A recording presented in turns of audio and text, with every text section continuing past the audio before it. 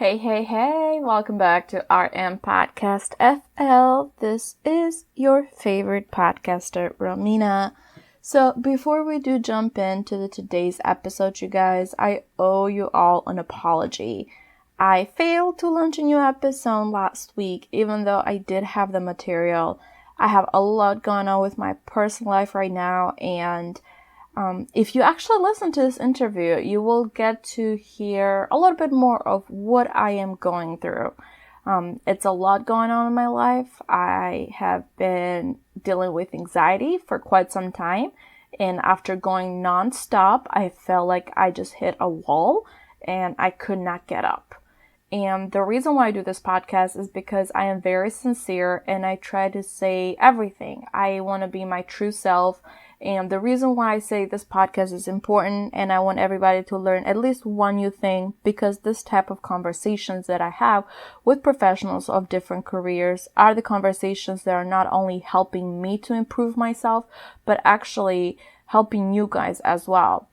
Today's guest is Serena Sabala. I connected with her quite some time ago, and this interview was conducted about a month ago.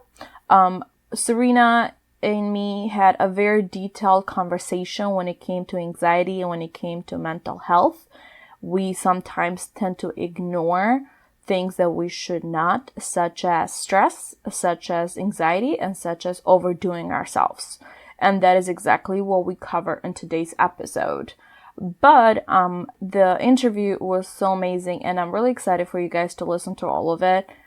Serena, she is a CEO of the Whole Shift Wellness. Serena and her husband have over 20 years of combined experience, and during this interview, you will get to know a little bit better of why she does what she does.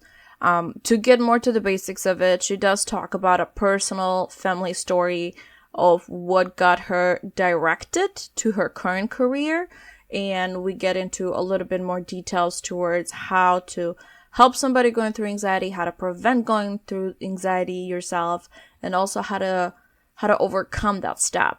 I'm very excited regarding this interview. I asked a lot of selfish questions, and I hope all of you guys can somehow benefit out of it too.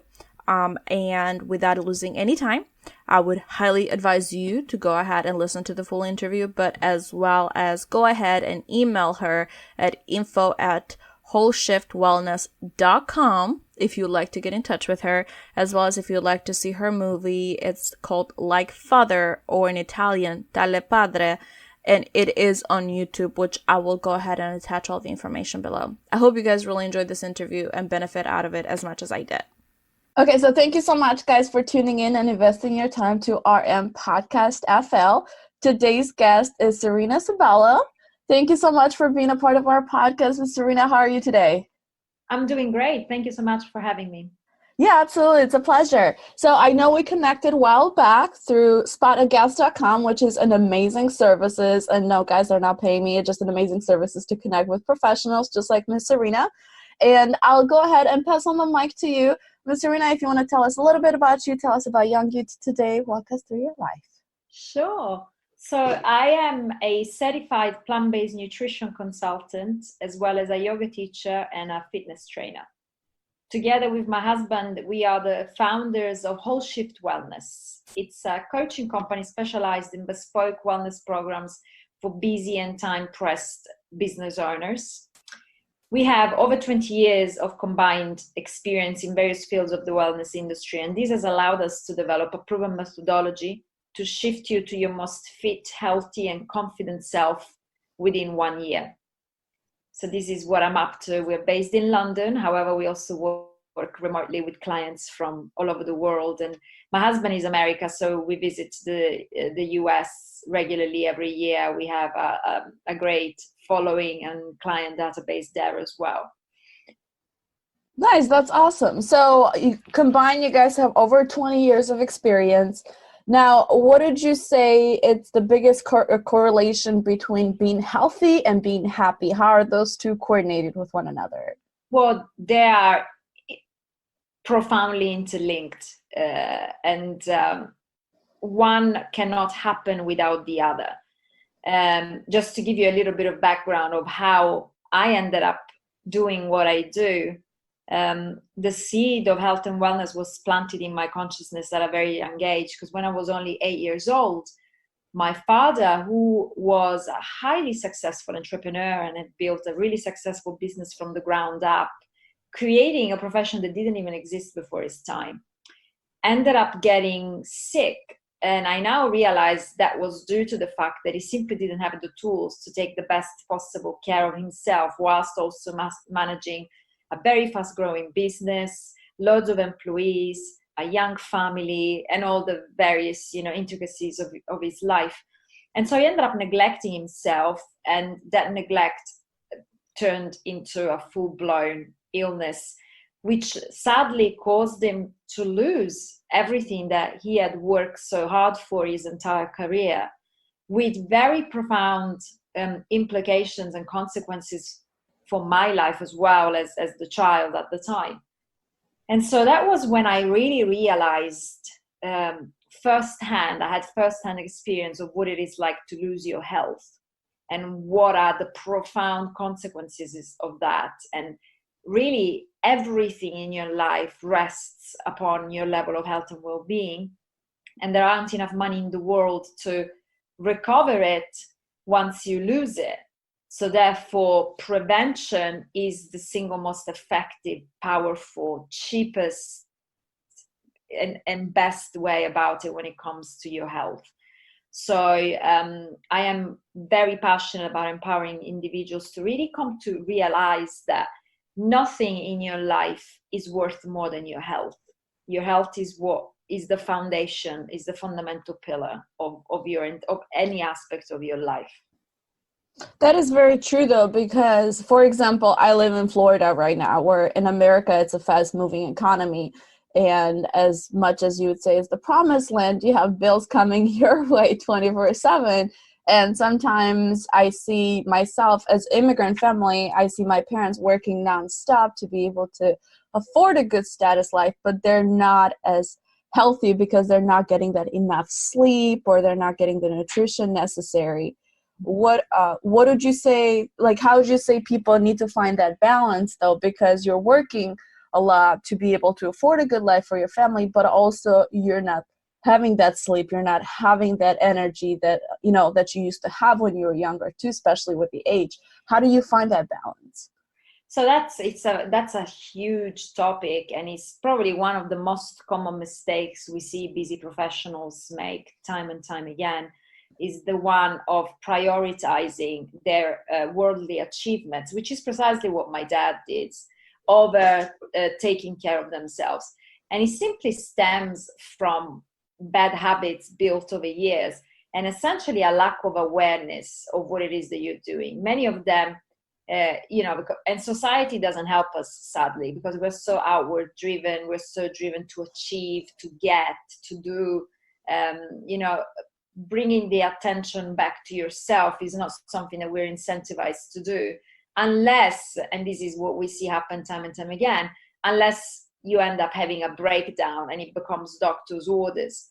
So sadly, most people tend to leave it until it's a bit too late and it becomes an emergency, a crisis, and they have to deal with it. And, in many instances, fortunately, they've managed to turn their lives around as a result of a diagnosis or a health scare or an accident or a breakdown. However, the nature of my job, first and foremost, is that of educating people on the fact that if you push it to that level, you are, number one, a high risk of not being able to fully recover. For instance, my dad has never really fully recovered. He was never the same person he was before he got sick. And number two, you put yourself at risk of losing way more than it requires to prevent the crisis from happening. So it's just about, it's a process of shifting your perspective and really recognizing what the priorities are, and really recognizing that putting your earnings first before your health is actually the least of the smart financial decisions you can make, because if you do lose your health, you're going to end up spending way more money than it would cost you to prevent that from happening. And most people simply don't know and don't realize that. And it's about educating them on the fact that that's the case, and really explaining to them that what are the repercussions. So I would agree with that, but then I also want to share something personal. Back on May and on June, I was the person that would work 50, 60 hours a week, go to school, barely sleep because I have those goals that I want to hit and everything. And then on June, I very good remembered on my birthday week, I got so sick, like I start having stomach pain and I start getting like anxiety because I wasn't getting enough sleep and because I felt like all these goals weren't being hit. So just the hospital bills were not worth my 50, 60 hours a week of work. So unfortunately, I had to learn that experience firsthand. And when I try to explain it to somebody, they think I'm overreacting. But it's not, because especially ER bills here in America, you are looking at $2,000, $3,000 even with insurance. And it's unfortunately that did happen to me, and I learned my lesson a little bit, so I'm trying to slow the pace.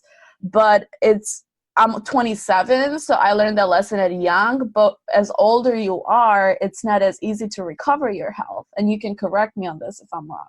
No, you're absolutely right. And this is a sad fact, is the more you push it, because essentially health and well-being works as compound, So the more little good things you do every day, the more you get a compound positive effect. But the same works the other way around. The more you neglect yourself, the more you get a compound negative effect over a long period of time. So people sometimes get really surprised that they get sick or they have a breakdown, and they say, but I didn't do anything different this month than I did last month. And I say to them, but that's exactly the problem. You've been doing that. This neglect has been kind of accumulating slowly, until often it takes something really small, or just that little kind of thing that tips you over the edge before it becomes a full-blown crisis. But it's not because you did anything massively wrong at once. It's because you've been doing a lot of things to neglect yourself over a long period of time. So the longer you leave it, the harder it is, in a sense, and the higher the risk. However, it is never too late to start. It is never too late to improve. It is never too late, because I have a lot of clients in their mid 50s and 60s, and so they come to me and tell me, oh, what's the point? It's too late anyways.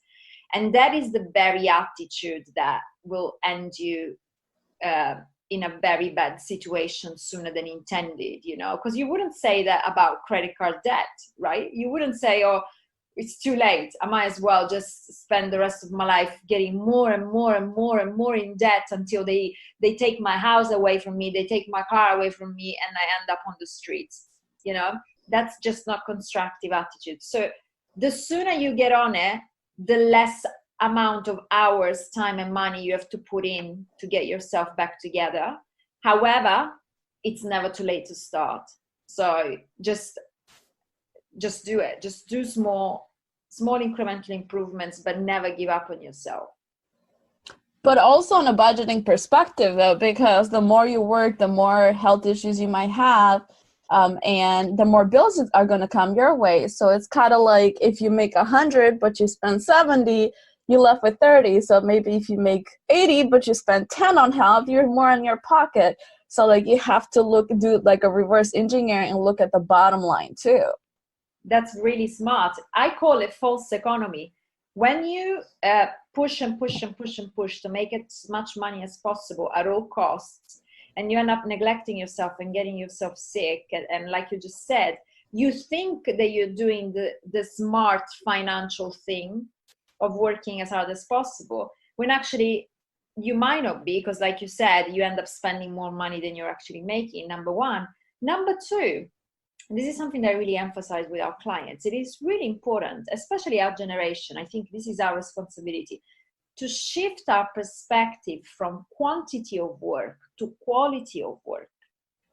Because, we are not in the industrial revolution era any longer, where all that matters is how much money you spend, like tightening a bolt to create a car or what have you. many of us have vocational jobs, thankfully, and do things that require an element of inspiration and creativity and passion and joy. And the more of that you can bring into your work, the more you will find that actually you can work less and make more, because the quality of your work is improved if you are feeling better, if you are happier, if you are healthier, if you're more fulfilled, So this is another massive shift that we actually see with our clients before our very eyes. The moment they start prioritizing themselves and taking care of themselves more, the quality of your life of their lives as a whole improve, and this renewed positive energy filters through all areas of life. What did you say is the biggest misconception, though, whenever it comes to mental health and whenever it comes to somebody's like inner peace? Because I know, like, I'm Albanian originally, and it's a stigma in Albania now. It's getting a little bit better, but especially in close countries like Mediterranean countries, if you're going through a hard time, you're supposed to just man up or woman up and just deal with it because you are strong. How do you help somebody? Like, how can we change the misconception about needing to support somebody when they're going through hard time, even though they're working nonstop and they're being the supporter for the family?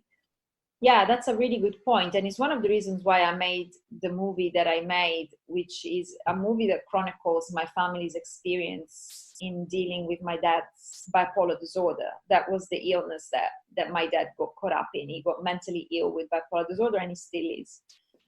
And you're absolutely right. I'm from Sicily in Italy, and my dad got ill in the early 90s when, the word depression was starting to be used at times, but bipolar depression wasn't even remotely known. And there still is a stigma around mental illness, because I think people fail to recognize that it genuinely is a form of illness like any other. It's a part of your body, your brain, that loses its balance, its ability to balance itself. But because some of the symptoms show up as characteristic of personality traits, because mental illness actually affects your personality and it affects your way of expressing yourself. It is, many people don't understand that that person is actually ill, and there is a chemical imbalance in their brain. They think that they're just being difficult, they're just being slumpy, they're just being lazy, or whatever it is. So it becomes like almost like a fault of character. This is the misconception. So the single most important thing to do is to educate people on what mental health and mental illnesses are. It's like having diabetes. It's like having a heart attack. It is an illness. It's not a personality trait or a personality fault. I think that's one of the biggest misconceptions around it that gets in the way of people getting the help that they need, and really appreciating that you do need professional help, and you do need treatment, and sometimes you even need medication like you would in any other situation where you go sick. And I feel like today's society too, though, is putting more pressure towards being perfect, because everybody, and actually this is a post that I'm gonna post online, because I say this: everybody tends to put the positive and the achievements online, but they never put the failures. So correct. So to break that, I actually wanted to hold myself accountable, and recently I applied for a TED Talk here at my college, and I did not get accepted for it. So I actually made a video of sharing one of my failures, because if I'm going to stick true to myself, it is okay to fail. But because I feel like it's the stigma of like, you have to succeed, you have to do this, and it's so much pressure that we had like 10, 15 years ago. Yeah. I think it's a matter of it being more out in the open than ever before, because it's kind of the other side of social media is, yes, you're able to share everything with everybody almost instantaneously all over the world. The other side of that is that it can easily become a fake reality, and people think that your life is all they see on social media, when there's way more to it, to anybody's life. than what is shown on social media. But I think it's also really important to reframe what failure really is. Me, if I look at my life and I look back, and I've been through very radical, profound changes, some of the most difficult times in my life, the times when I was perceiving myself as failing, were nothing but times, big junctions where, the universe was trying to shift me in a different direction, which didn't look anything like what I wanted at that time, but turned out to be way better than anything I could have imagined. So sometimes a failure is nothing but a prod in a different direction. So for instance, your TED Talk instance, it could very well be the case that you're not meant to be doing it right now, speaking about what you want to speak right now. You will get it at a later time when you will have a far greater experience and you will do a far greater job, and you'll talk about something that will really resonate to people. So is it really a failure, or is it more just life not going to plan and us having to learn to appreciate that that's not a bad thing, it's just life? That is very true, though, and that for the longest time before, I used to get upset when I would get a no for an answer, or when I wouldn't get accepted for something. But now I've changed my mindset towards everything happens for a reason. Like, we say this expression, but I don't feel like all the time people actually understand it. But everything happens for a reason. Like, if you do a backtrack analysis of your life, you will see things that happen that you were probably very mad, very upset, cried over it for a month or so, and then your life changed. So to switch that mindset is like, if it's a no, it's okay. If I really want it, I'm going to try it again, because nothing worth is easy coming too. Absolutely. And I can tell you now, in hindsight, the biggest no's that I've ever received in my life have always been the greatest blessings. Like, without fail, whenever I got the biggest, most disappointing no, whether it was a relationship or a job or an opportunity, that turned out to be the best possible thing that could have ever happened to me. Thank you for sharing that. I feel like some other listeners definitely need to hear that as well. Now, I do have another question, because I feel like being an entrepreneur, it's like the trendy thing nowadays. I think it's silly because people don't even know how to do accounting or budgeting or taxes, and they just want to run a business when they don't know the basics of project management or nothing like that, which I feel like you need to have some very fundamental basics whenever you're running a business. Whenever it comes to health, or whenever it comes to like personal training or anything like that, what do you see as the biggest mistakes that rookie business owners make? Yeah, so the first most important mistake that they make is that they know that they're not taking good enough care of themselves, but they fail to take one active step in the direction towards improving that. And especially startup business owners, because they're under such pressure to get going, and they're so motivated to get started, and they're really passionate about what they're doing, and they tend to be quite impatient. And I put myself under their umbrella because I can be quite impatient. We want results right away. So the first thing that tends to be pushed to the sidelines is their health and well-being. And so they think to themselves, oh, I'll do it once, we get established, or I'll do it once I can hire a PA, or I'll do it once we get to X amount of revenue. And they push it and push it and push it. And they don't realize that actually the success of their business runs on the shoulders of their health and well-being. And if they actually did create a mini routine, and it doesn't have to be invasive, a routine that allows them to take care of themselves as they grow their business, they would be way more successful in their business than if they just neglected it and pushed it to the side and waited for things to get easier. Because I can tell you this much, as an entrepreneur and business owner, business is never going to get easier. You will get better. As you get better, you continue to challenge yourself more. So you continue to be stretched. It's a journey of always being a little bit stretched out of your comfort zone. So if you're waiting to have everything sorted out and everything well balanced and everything pretty smooth before you start taking care of yourself, you'll be waiting your entire life. That's so true though, because I don't feel like that's just with business owners, but that's with even me or my friends. Like it just you're running, and then you have this list that you don't step away for a moment and actually just stay in bed for a day or just watch a movie for a day. Like yesterday, I read this one new book, and I was in bed all day, and I was like, oh my God, this is amazing. I forgot the feeling, but it's very important to regain that energy too, though. It's essentially what will make your business incredibly successful. The the Essentially the success of your business is literally directly proportionate to your energy levels and what you can bring to the table.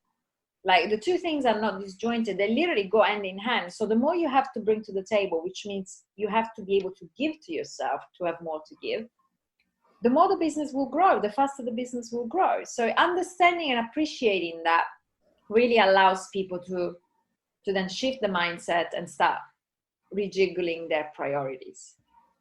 So how easy or how hard is it for somebody to accept that they have an issue? For example, like I'll share with mine. Like I said, I'm Albanian, so in Albania it's a stigma of mental health, and I was diagnosed with anxiety. Like I was having this chest pain, and I was like, I don't know, I don't know how to explain it. Maybe I drank too much coffee, like because it came for a while. I was just running on coffee and like having 4 hours of sleep. How how do you break it down to somebody to accept the fact that they need to slow down?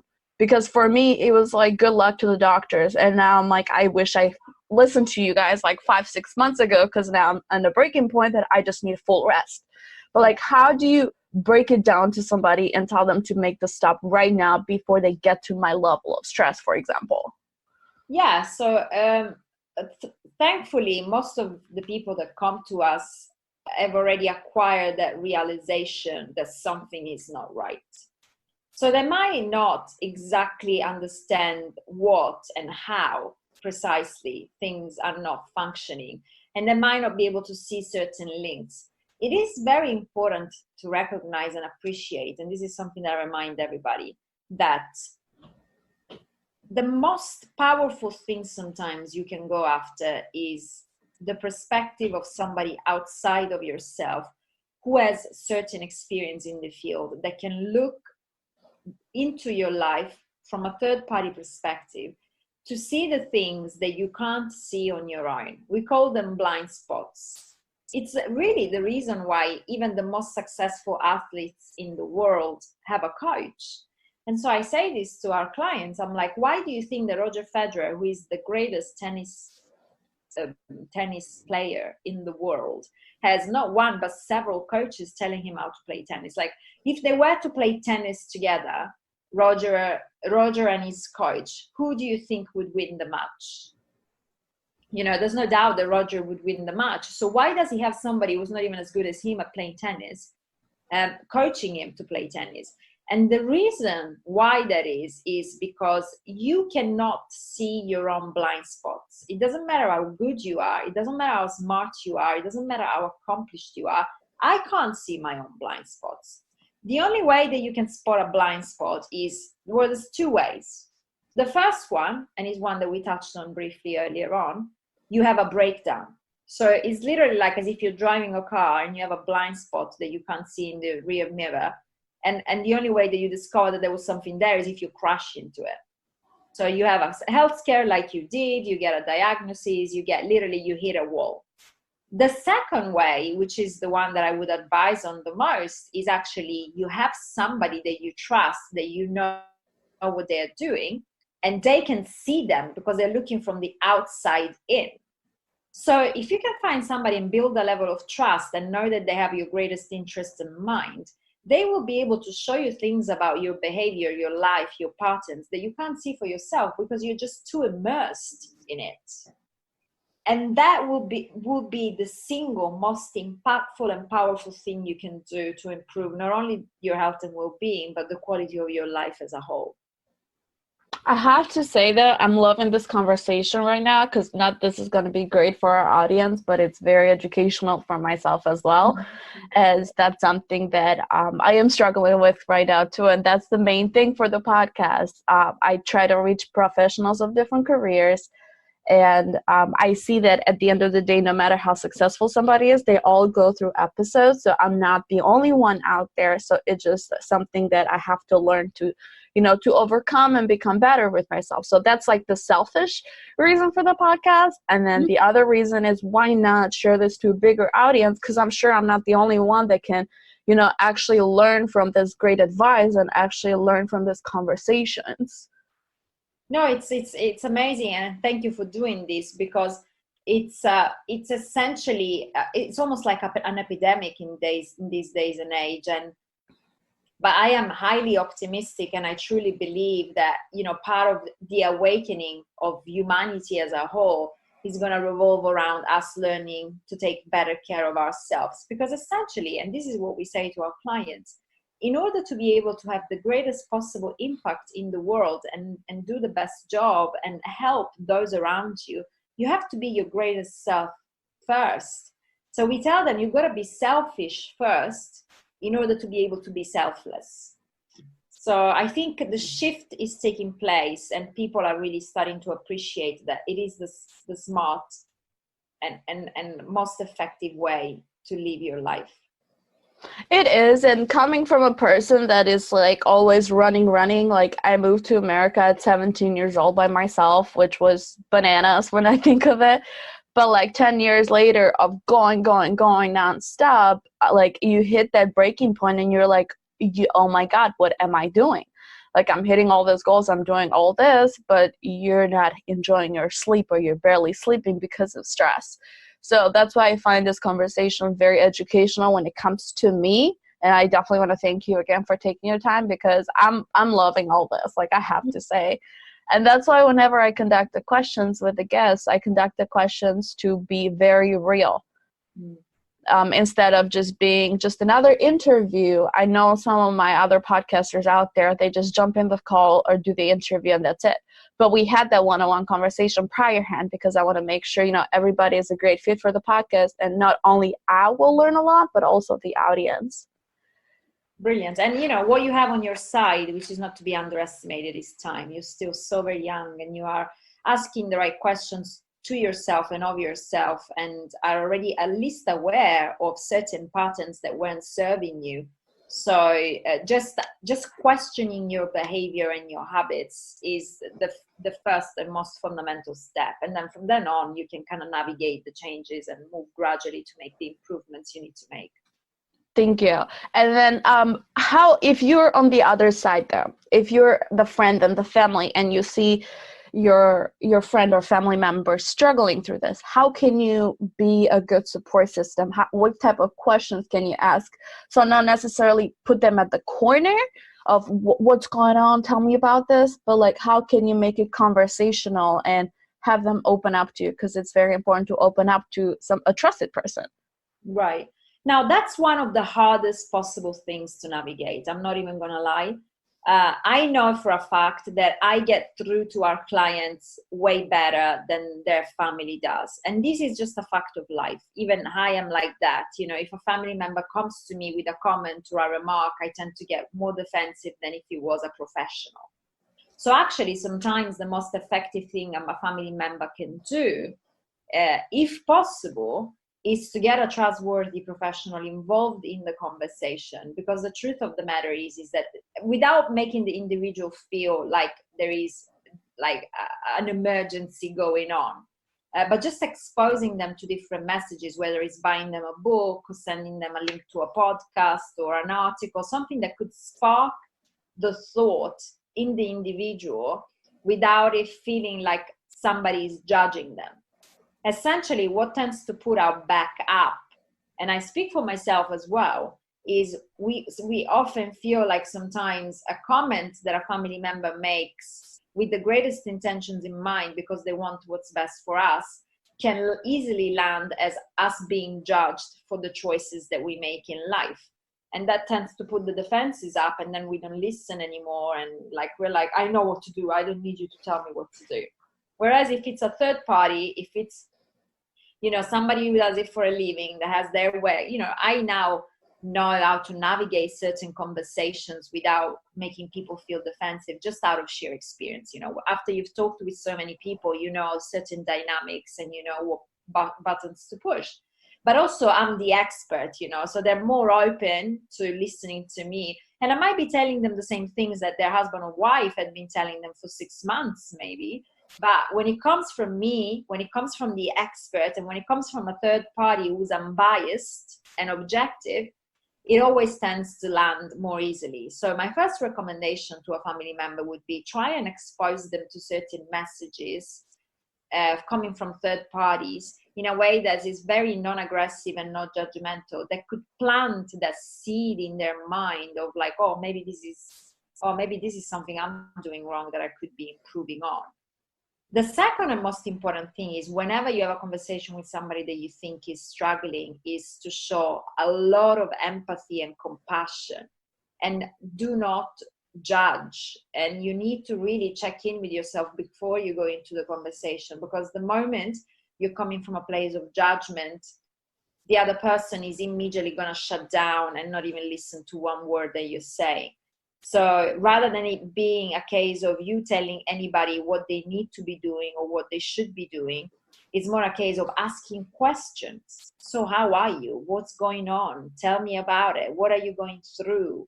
Is there any challenges you're going through? Instead of immediately going in with the advice, because then that becomes a little bit kind of like, the other person might feel like, what do you know? You don't know anything about my life, and you're coming in straight in just with advice. But I feel like most of the people listen to reply, not listen to understand too. So that's another thing that why a lot of people don't open up to family members or to other people, because they'll listen and they'll just think of the reply without you even finishing it. Yeah. They're not genuinely interested in the full spectrum of the conversation. They've already made up their mind on what's going on and what needs to happen. And so if you go into a conversation with your mind already made up, rather than with literally the interest of wanting to discover what's going on, then the other person is going to sense that for sure. So if you were to build a perfect world, what do they look like to you? Because I know you're very passionate about helping others, and you definitely want everybody to succeed and be healthy mentally, physically. But if you were to build the perfect world, what would that look like for you? The perfect world is, first and foremost, a world where everybody is so attuned with themselves and takes such greater care of themselves that they never need anybody else's help to take care of them. That's my mission. And it could be counterintuitive, because essentially in the perfect world, I wouldn't have a job. I would have to find something. Yeah, I was about to say, you wouldn't have a job then. Absolutely. That's what I'm working for. I'm working for the world, an ideal world where I wouldn't be doing what I'm doing. I would have to find something else to do, because people would be so present with themselves, so in touch with themselves, and so good at taking the best possible care of themselves that they never really need outside help in their field. And therefore, all they can focus their energy and attention on is being their best selves, fulfilling their passion, contributing to their families and their communities and the entire world as a whole.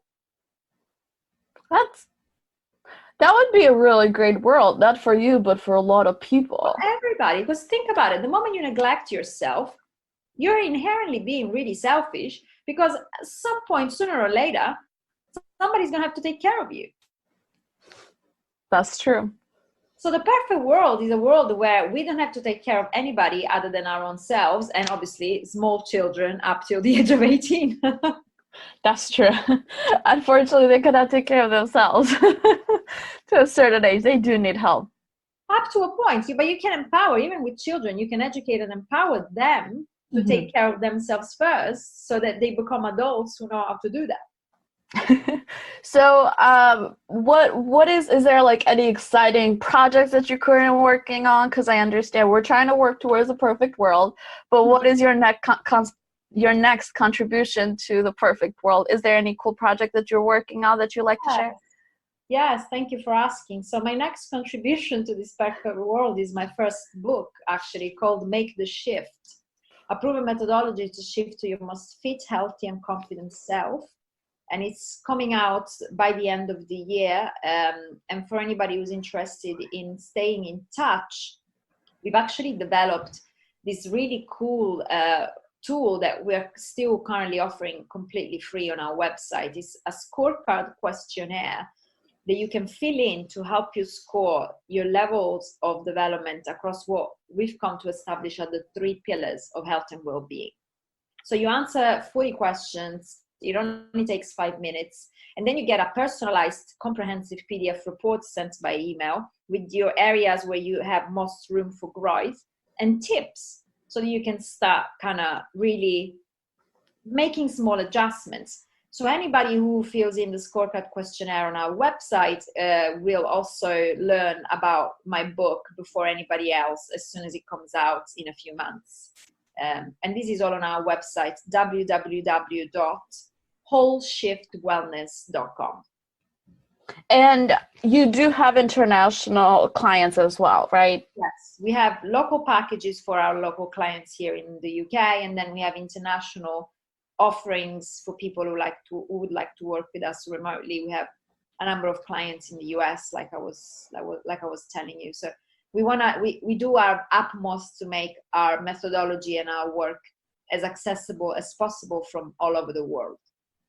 Perfect. So again, the website for all the listeners, they do want to reach out. We have a lot of them from United States, but we do have a lot from UK and from Europe. So it's whole, WHOLE, shift, SHIFT, wellness.com. That's the website.